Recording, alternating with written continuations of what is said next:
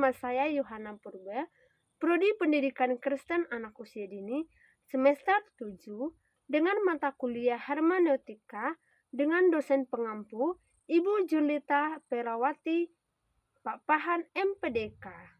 Nah, pada video kali ini, saya akan berkhotbah dengan tema setia dalam perkara kecil dan perkara besar. Selamat menyaksikan. Nah, teman-teman, sebelum saya masuk ke tema khotbah, kita bernyanyi terlebih dahulu ya.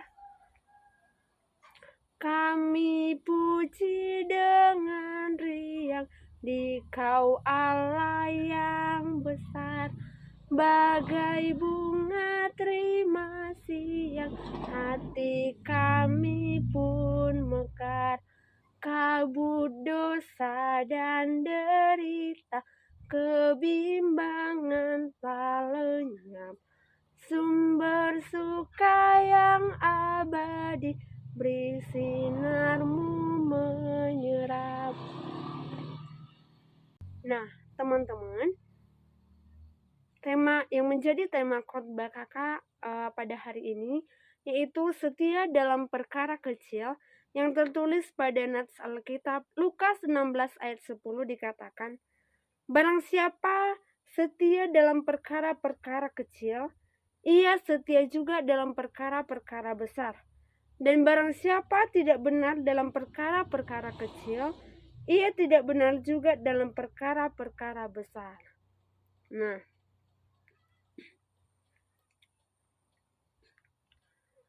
Tuhan Yesus menyatakan kepada muridnya, orang Farisi dan orang banyak, barang siapa setia dalam perkara-perkara kecil, maka ia akan setia dalam perkara-perkara besar. Memiliki harta berarti memiliki sebuah tanggung jawab. Tanggung jawab atas apa? Yaitu tanggung jawab atas penggunaan harta. Dapat menjadi sebuah ujian terhadap karakter dan integritas kita. Dan itu dapat dimulai dari hal kecil. Dari hal kecil hingga ke hal yang terbesar. Bila seseorang mampu mengelola dengan benar harta yang dipercayakan dalam jumlah besar, begitupun sebaliknya teman-teman. Bila kita tidak jujur dalam perkara kecil, bagaimana mungkin kita bisa dipercaya orang dalam melakukan perkara yang besar?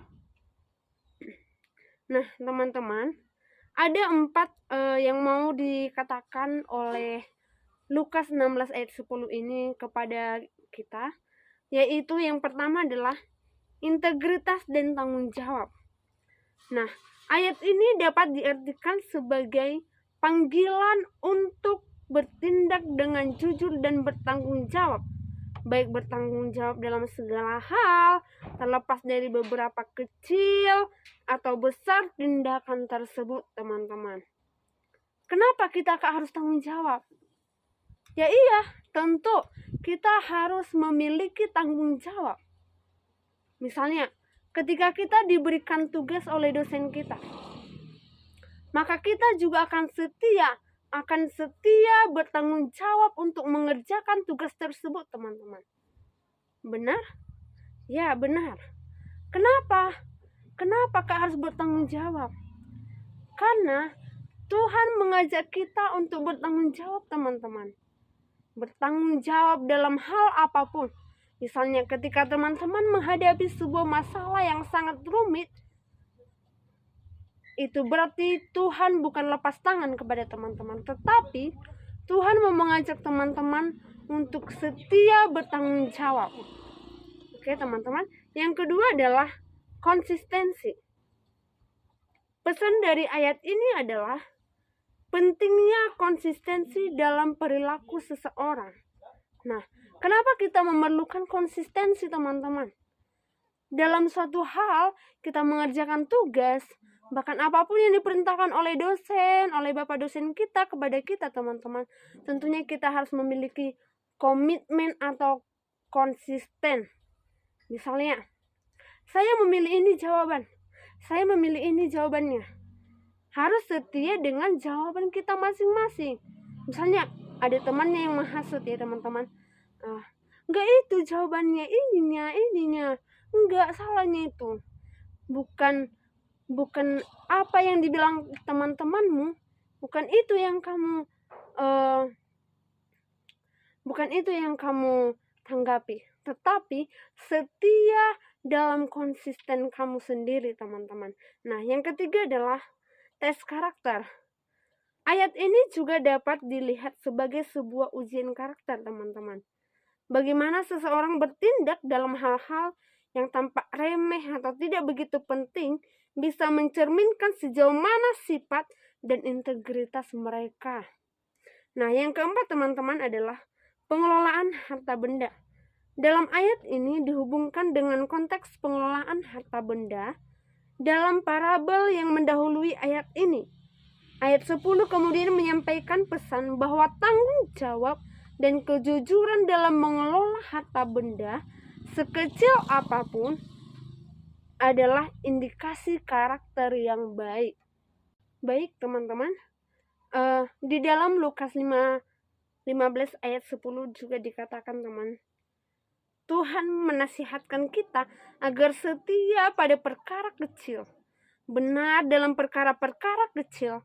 Kesetiaan dan kebenaran pada perkara yang kecil akan membuat kita setia dalam dan benar dalam perkara-perkara yang besar. Contohnya seperti ini, teman-teman. Apakah teman-teman mengenal Yusuf? Nah, Yusuf setia mengerjakan banyak hal di rumah Potifar.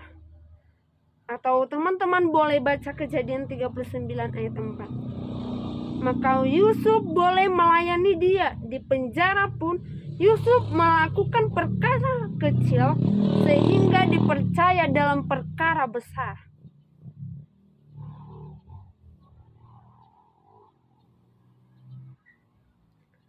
Setiap perkara kecil saat tidak dilihat atau diperhitungkan orang lain atau mengerjakan hal-hal yang nampaknya sepele. Nah, teman-teman, setiap perkara kecil berarti rajin melakukannya, bertanggung jawab atasnya, melakukan dengan tepat dan benar, dan tidak asal-asalan. Setiap perkara kecil berarti berani berkorban dalam hal besar untuk sesuatu yang sekecil sekalipun. Setia dalam perkara kecil berarti menemukan gaya sendiri dan tidak mudah menjiplak gaya orang. Tidak minder dengan gaya sendiri. Tidak minder dengan keadaan saat ini. Tidak takut dikatakan gak tren. Tidak takut dipercayakan. Setiap perkara kecil berarti tidak harus mengikuti kebiasaan pada umumnya.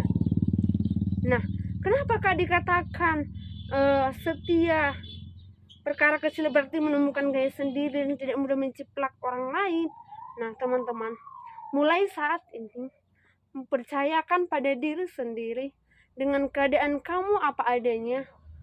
Kamu harus setia, percaya kepada Tuhan bahwa Tuhan akan ada selalu buat teman-teman. Baik, teman-teman, yang terakhir yang mau disampaikan oleh Tuhan Yesus kepada kita melalui ayat ini adalah apa yang saat ini Tuhan percayakan kepada teman-teman. Kita akan dipercaya Tuhan kepada perkara yang lebih besar lagi. Jika dalam hal kecil saja kita tidak setia, maka dalam perkara yang besar pun kita tidak akan setia. Tuhan tidak pernah menganggap remeh hal-hal kecil dalam kehidupan Anda. Kesetiaan yang tentu membutuhkan ketekunan dan komitmen. Maka bila saat ini yang Tuhan percayakan kepada kita adalah tugas dan tanggung jawab yang kecil, bersyukurlah dan lakukanlah dengan baik. Sebab kesetiaan kita dalam perkara kecil mempersiapkan kita untuk dipercaya dalam perkara yang sangat besar. Amin, berfirman Tuhan. Demikian nats khotbah yang kakak bawakan, semoga bermanfaat. Terima kasih, shalom.